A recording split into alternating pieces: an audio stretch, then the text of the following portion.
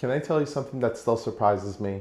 I watch people spend $10,000 on a ring in less than 10 minutes, and before they paid, I already knew they were making a mistake. Not because the ring was bad, not because they were paying too much, but because I knew they didn't really understand what they were buying. And here's the interesting part.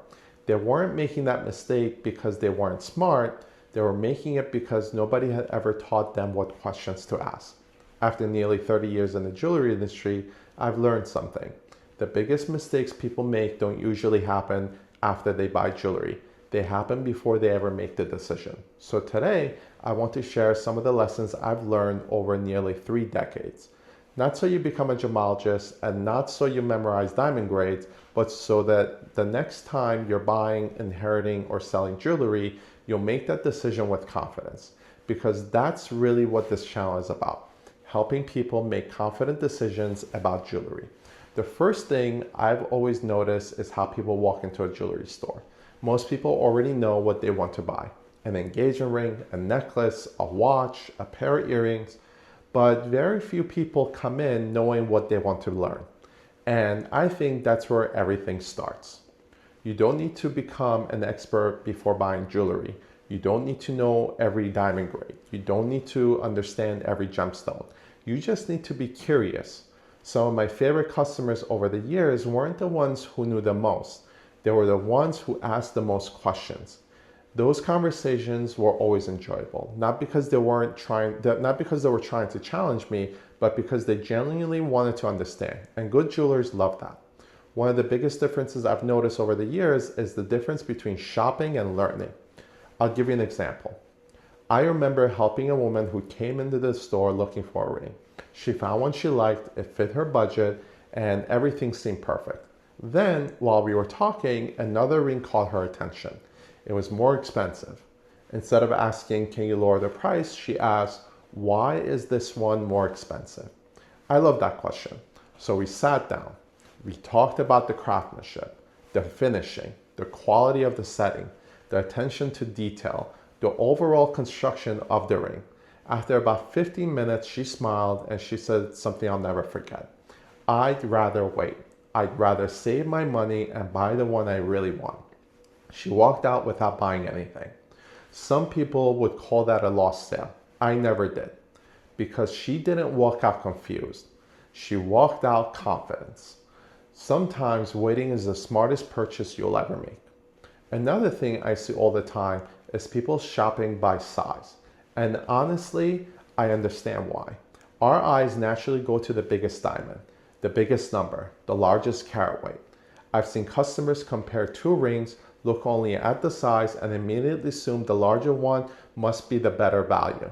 But jewelry isn't always that simple. I've seen people buy cluster engagement rings because the total weight sounded impressive. I've also seen customers purchase diamonds with grading reports from laboratories they assume were all graded the same. The reality is understanding quality matters just as much as understanding size. The goal isn't to buy the biggest diamond. The goal is to understand what makes one diamond different from another. Here's something else I've noticed. People are sometimes afraid to ask questions. They'll look at me and say, "This might be a stupid question." I always stop them, because there really isn't one. The only question I don't like is the one someone was too embarrassed to ask. Sometimes people think asking questions makes them look inexperienced. I found the opposite is true. The smartest customers I've always ever met ask the most questions. One question I wish every customer asked me was this: what am I paying for besides the gold and the diamonds? Think about that, because you're rarely paying only for the materials. You're paying for the craftsmanship, the design, experience, quality control, after-sale service, cleaning, stone tightening, repairs, a warranty, someone standing behind what they sold you years later. Those things matter, and they're often forgotten because they aren't sitting inside the showcase.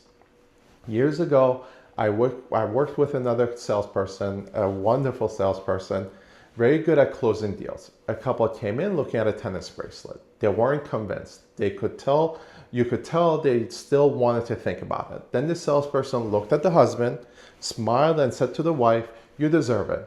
The pressure in the room immediately changed. They bought the bracelet.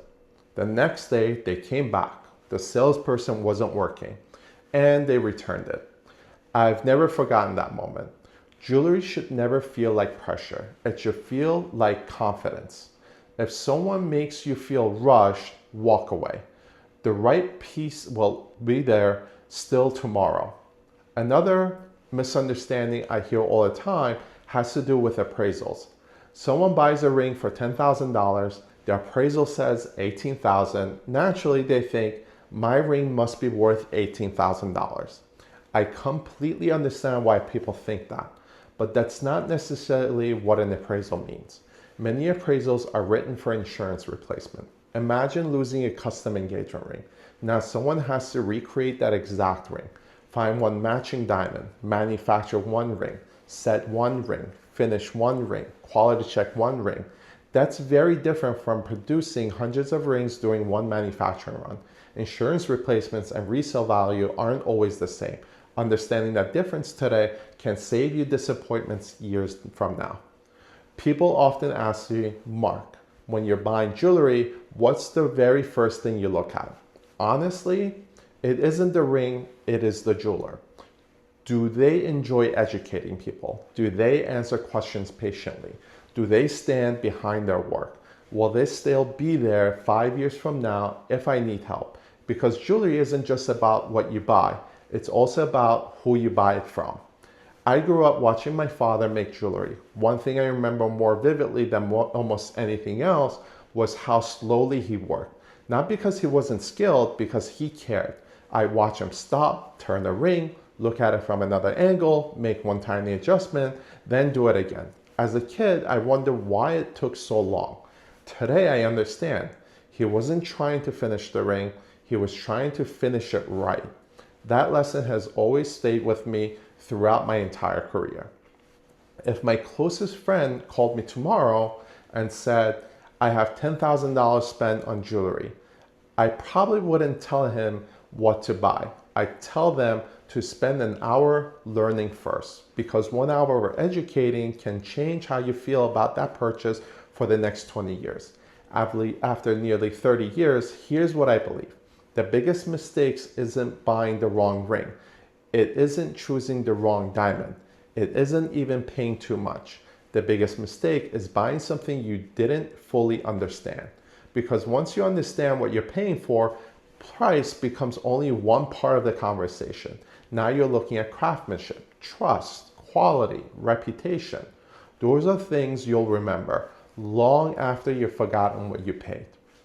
I'm Mark Atamian. For nearly 30 years, I've had the privilege of working in manufacturing, wholesale, retail, buying, quality control, and jewelry education.